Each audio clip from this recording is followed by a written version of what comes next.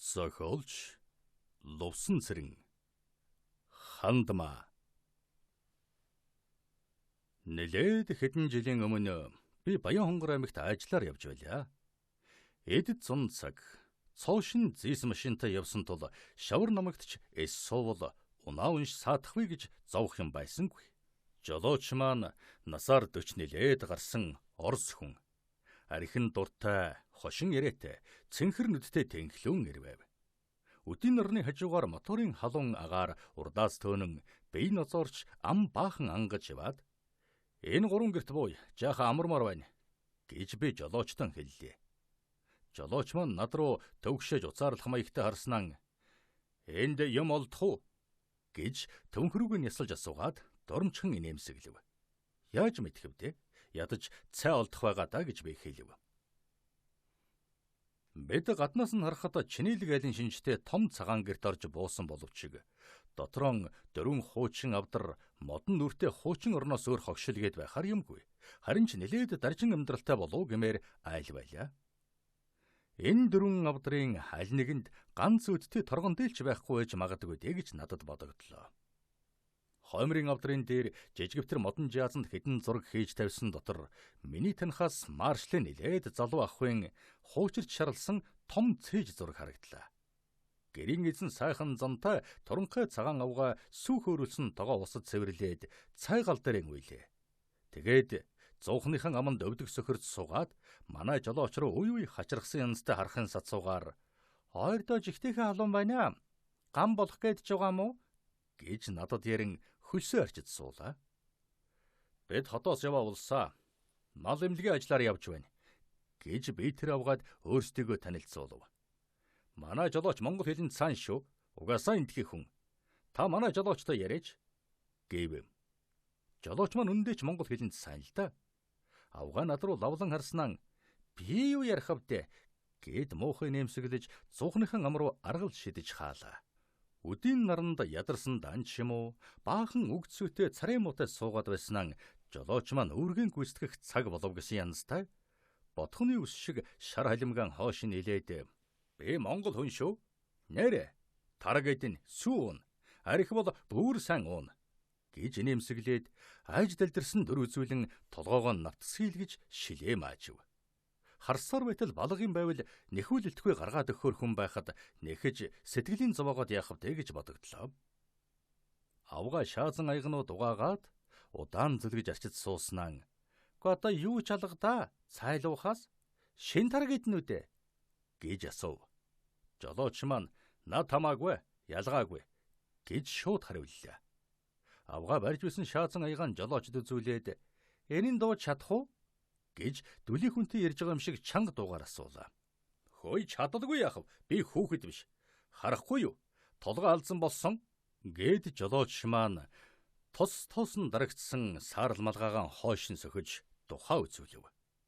Авгаа сөрхий хөгжилтэй инээгээд та жаахан алаа юу гэж асуухад жолооч жаахан байна гэд толгой дохив. Жолоочоос маань авгаа анхандаа жаахан цэрвэд байснаа болж тэрхэндээ хөөхөн наримдал тогтоож байгаа бололтой. Бид хоёр цай уулаа. Өрөм мэдлээ.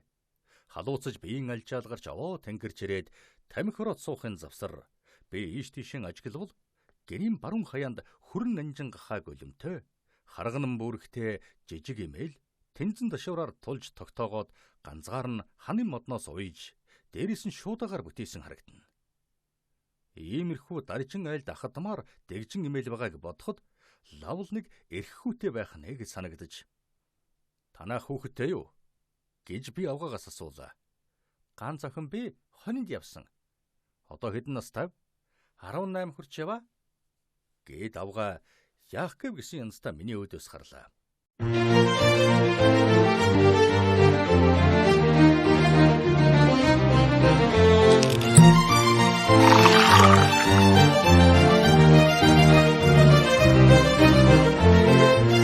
Зүүн дамжсан Итали дарс Жузеп Луижи.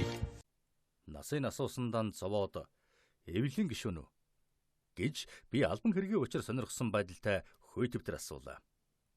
Та мэдэхгүй юу? Манай охиныг нэр нь Хандмаа гэдэг юм. гэж авгаа бахархах шинжтэй өгүүлв.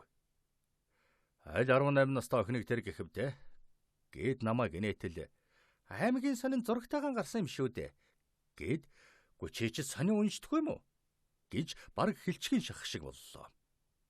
Гэтэл эднийд нэрэн ганц шилж гашуу юм байхгүй юм болов гэж жолооч маань хажуугаас орсоор асуулаа.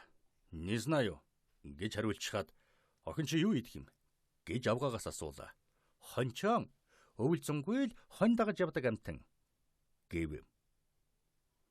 Би энэ нутгаар 2 сар шахуу тэнэж нэлээд хитэн айлын үе татсны хувьд нутгийнхны аж амьдрал зан заншлыг зэгсэн мэддэг болоод байлаа.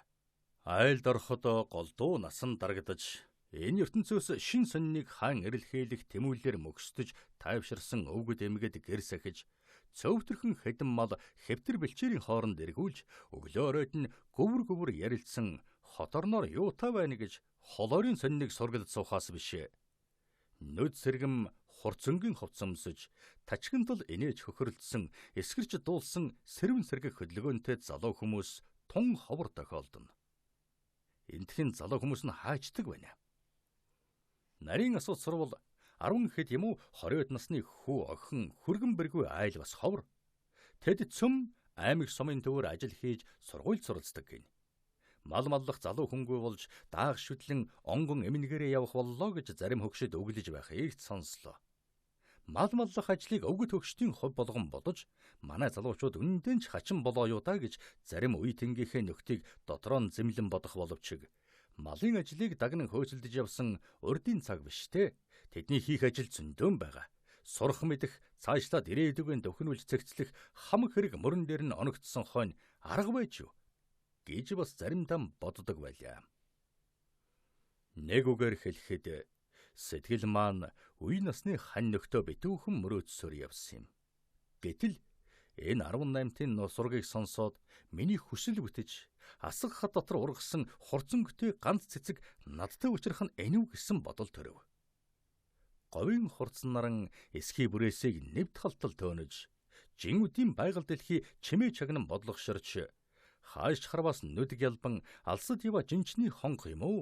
Тал хэрийн огт чимээгүйгээс сонсогддог нарийн зөөлөн аялгуу шиг чихний үзүүрт жингэнэн шанааны судаслагшиж сүүдэр газар унтаадаг мөрчим шиг эсвэл өндөрхөн уул толгодын оройд гарч цээжээ ярьж суугаад ийш тийшэн харуулдаж юм бодож байгууштай хэсэгхэн бөхчин мөчирлээ. Гэрийн сүүдэрт хэвтээ нохой халуунд аагчиж ялаа шүрхээр оролдож байгаа болтой шүдэн тас хийлгэн аман хоосон амхиж угаан дуулдана. Би гэрийн хаяандууга эмээлийг дахин ажиглаж энэ эмээлийн эзэн ямар шүүхэн хүн байгаа болдоо гэж янз бүрийн дүр зохион бодож төнгөсөөр суулаа. Төдсөн чгүй ямаа төргөлөн олон малын чимээ дэгжэнээр өдийн хонь хотоллоо. Гэрийн хаяанд хүн хоолоогоон засах чимээ дуулдсан нь толгоогоон цагаан алчуураар ороож зангидсан цэнхэр тэрлэгтэй гол шиг бор хүүхэн тунгалаг хар нүдээр биднэрүү болгоомжтой харсаар орж ирлээ. Гэвчиг биднээс бишүрхэ зовсонгүй. Ээжээ миний хүрэн гутлаа байна гэж оржирэнгүүтэн асуулаа. Хонь сайн хариулв уу гэж хажуунаас нь асуухад над руу игцхарж сайн гэж чанга тод хэлв. Байдлын ажил ер нь хэлэмгээ нүүрмгийн шинжтэй. Орны хөндөй доогуур тонгоож 2 гутлан аваад гарсан нь удсанчгүй хувцсан сольж нүрээ угаачхаад орж ирлээ. За халуун цаа уун уу гэж ээж нь тосон асуутал гүйгүй гэж толгой сэгсэрснэ. Эргүүлгийн өмнө цаашаа харж эвэгцхэн зогсож байгаад дараагаар 2 аяг хүйтэн цай чимээгүйхэн залгилав. Энэ хооронд би хойноос нь нэлээд сайн ажиглаж амжлаа. Яванда ханхар сэжтэй болмоор өргөн тэгшмөртэй, урт хүзүүтэй, бүдүүн ширхэгтэй баймаар уртхаар өсийг 2 салааланд сүлжиж, нэгийг ар зураагаар даруулан үндсэн байлаа. Нэмгэн утасны дотроос далмөрн тован харагдана. Харин бүслэхээрэн наривтэр хүүхэн байлаа. Хүйтэн цай ууж дуусаад хошуугаа арчсаар зөөмөрн дээгүүрэн эргэж над руу харлаа. Хойноосоо хүн ажиглаад байгааг сайн мэдсэн болтой. Би өөдөөс нь харж огт утгагүй нэмсгэлчгээд тэнэг гэж өөрийгөө зөвхөж суутал тэр хүүхэн Миний инээмсэглэсний хариуд бас инээмсэглээд цаашаа харчих шиг боллоо. Тэгэхээр нь миний сэтгэлд орхноо баясаж чамаа хизээч мартахгүй гэж жижигхэн чихэнд нь шивнэгсэн гэж бодогдов.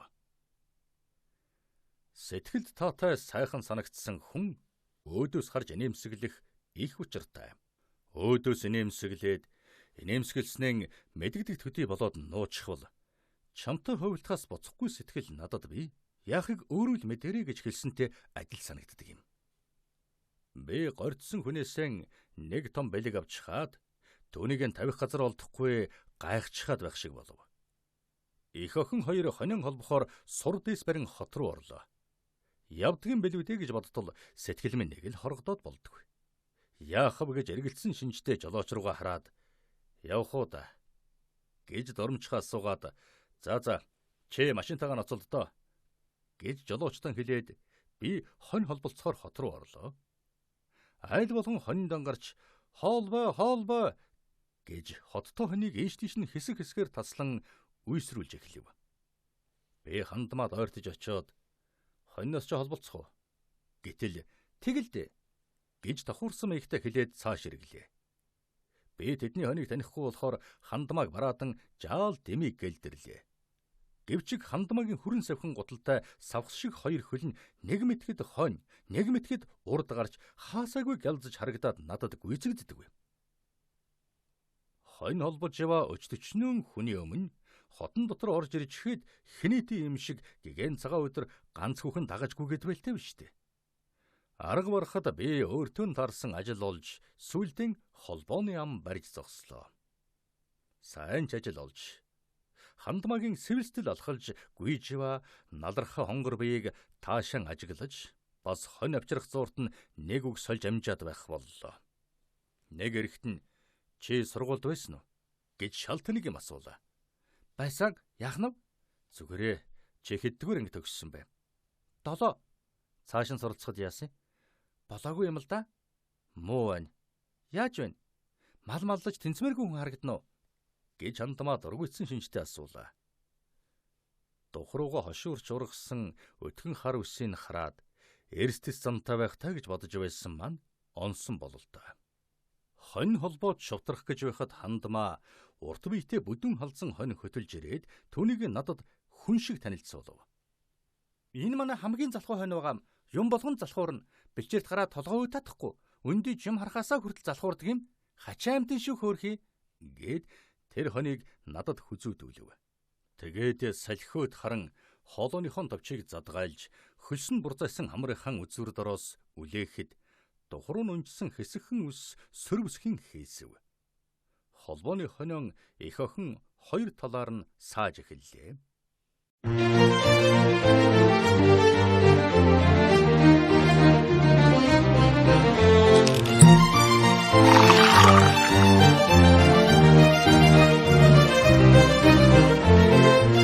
Зүүн дамжсан Итали дарс Жюзеп Луижи. Би хандмаагийн талд гарч холбооны дунд хэрд завилан суугаад түүний шонтхор бур хамар ихэмсэг богинохон ирэв нарийн ирмэгтэй хүрэн уруулыг ажиглаж суулаа. Миний сэтгэл энэ үдийн нар шиг дуугүй дунирч өвчнгүй шаналж суулаа. Би хандмааг хот газрын нэг байшинд дугаар гуансан ягтлан бодогчгээд самбин зохид суугаар төсөөлөн бодлоо. Тэгэхэд талд татсан солонгыг тасалгаанд оруулаад үзэж болдгүйтэй адил санагдана. Энэ хүүхнийг хээрийн бэлчээрт хонио хариулж явахт нь би дагаж үзсэнгүй. Хоньны захад дуртай дуугаан дуулцсах нь би сонсоогүй. Энэ бүсгүйн сэтгэлийг татаж цэнгүүлж байдаг хончин хүний амьдралын түмэн жаргалан мянган бархийг би огт мэдэхгүй. Гэсэн ч би түүнийг малчин хүн, жаргалаа олсон хүн, сайхан хүн гэж хайр хүрэн биширч суулаа. Өдийн хонь сааж дуусаад хонь оройн бэлчээрт гарч айл бүр сүүс айлан борлуулж хөөрөвлөв. Нар баруунан хэлбэж агаар сэрвэлсэн өтгөрөөд цээжний цангаа гаргахтай боллоо. Машиныхан сүдэрт гэдэр хараад хэвтэж байсан сэтгэл минь гэнтхэн хачин уйтгартай болчихлоо. Гэхдээ харамсах гаслах юмгүй. Хаяагаар үлээгээд байгаа салхи шиг нэг л аятайхан дөлгөн уйтгарлаад байлаа. Жохом яагаад гиснийг одоо болтол мэддэггүй. ертөнцийн ямар ч гоо сайхан юм цөм төрөх, цэцэглэх, гандах, мөхөх, тавилантай байдаг даа гэж Хандмаагийн тухай л бодож гэвсэн шиг санагдана. Ингэж байтал ээжээ гэж нарийнхан уянгатай дугаардуудаад би хоньны хойноос явлаа. Дэрс рүү орчих шиг байна гэж Хандмаагийн хэлэх нь тов тодхон дуулдав. Явах гэж байгаагаа надад зориуд сонсох гэж ингэж чанга дуурсан байх гэж надад бодогдоод явчихлаа. Би босон хараж машин дээрийн гараад аяныхаа цагаан авдрын ёроолын гартал өнгөчв. Шин аятайх юм юу ч олдсонгүй. Уг нь бараг хүүхдэрийн ява хөдөөний энэ зэргийн охиныг юухан хэрхнэр хуураад баярлуулчихад мөнч төлөөгүйсэн дэм. Ирж хэрэг болж магадгүй гэж нөөцөлж явсан нүүрний савн ганц шин сойц хоёр оллоо. Шүдний сойц юм шүү дээ. Тэр хоёрын уншиж явсан номтойхон хэдэн чихэртэй хамт сонинд боож бариад би гэрт орлоо. Хандмаа хариугүй явах гэж байгаа болтой хувцаан өмсөж ээж нь аяганд зэлгэн цай хийж тавьсан байлаа. Жаахан сурны тасархаа байвал өгөөч гэж би дөлгөөхөн гуйлаа. Яах нь гэж Хандмаа гайхан асуув. Машинд хэрэг болоод байна гэж би худлаа хэлв. Хэр зэрэг урт сур хэрэгтэй юм бэ гэж асуухаар нь би эрхий долоовор 2 хуруугаан гозойлгон өдий хэрийн гэж багцаа үзүүлв. Хандмаа хутга барин гарч шилбүүрнийхэн сурнаас энэ болох уу гэж над үзүүлэх хэмжээнд сөөм хэртэй сур огтолж өглөө. Манай жолооч энэнийг оронд нөгөөрэй гэсэн юм гэд би бодолтой юм өгөв. Энэ бэлгээр түүний ямар хүн болох нь танигдана. Хашир муу санаа сууж гүйцсэн хүн бол авахгүй үсттэй гэж би бодсон юм. Хандмаа юу юм яршиг гэж дургүйцсэн бодолтой юмыг биенээсээ зайлуулж түлхснэн намайг харагдаад гуйхаар авчхаад дорн задалж үзлээ. Доторх юмыг үзэж инээмсэглснэн над руу хараад та хачин хүн байна шүү гэд дахиад инээмсэглэв. Хандмаа энэ удаа миний өмнө чухам хүү давхар санаагүй хүүхэд царайгаа үзүүлж шовуу үргэхээр нэстхийн адил тийм жирийн байдлаар баярлснаа нуулгүй гин сайхан инээмсэглсэн билээ. Би түүнийг өчүүхэн чадвараа баярлуулж чадсандаа өөрөө баярлаад би чамайг хизээч мартахгүй гэж үнэн сэтгэлээсээ хэлв. Хандмаа эцсийн янзтай хардсан буруулж машины дугуй руу хараад байснаа амаа жаахан ангаж тун бүдэхэн дөнгөж дуулдахын төдий би ч гэсэн гэж хэлчихээд царай нь учиргүй улайсаар гэрлүгэн гүйж орлоо. Ингээд би жолоочтойгоо хамжиж машинаа шалавхан эмхлүүлж аваад оройн хойно ирэхээс өмнөхөн эндээс хөдөлсөн юм. Жолооч маань их л дурамчхан байлаа. Уулын сүдэр бэлрүүгэн бараантан бууж байхад би кабинийхэн цонхоор цээжэн гаргаад машины дугуйн дороос эргэлдэн манарсан хоцорч байгаа цагаан тоосыг эргэн харсаар явсан тэр үед жолооч маань би нэг алдаа хийлээ эмчээ. Энд л хондог байсан юм гэв. Харин гэж би тодорхойгүй хариу хэлсэн боловч хойшоо хоргоцсоор яваа сэтгэлдээ автан нэрэнч алдаа хийвүү дээ гэж тэр цагт харамсах шиг санагдаж явсан юм. Тэр цагаас хойш олон жил өнгөрлөө. Нилээд газар үзлээ. Гэвч миний өмнө инээмсэглээ зогсож байсан тэр охин мөнх 18 настайгаан өнөөхөл сайхан санагддаг хэвээрэн миний сэтгэлд өдий хүртэл бодогдсоор явдгийг үзвэл би тэр цагт ямар ч алдаа хийсэнгүй бололтой.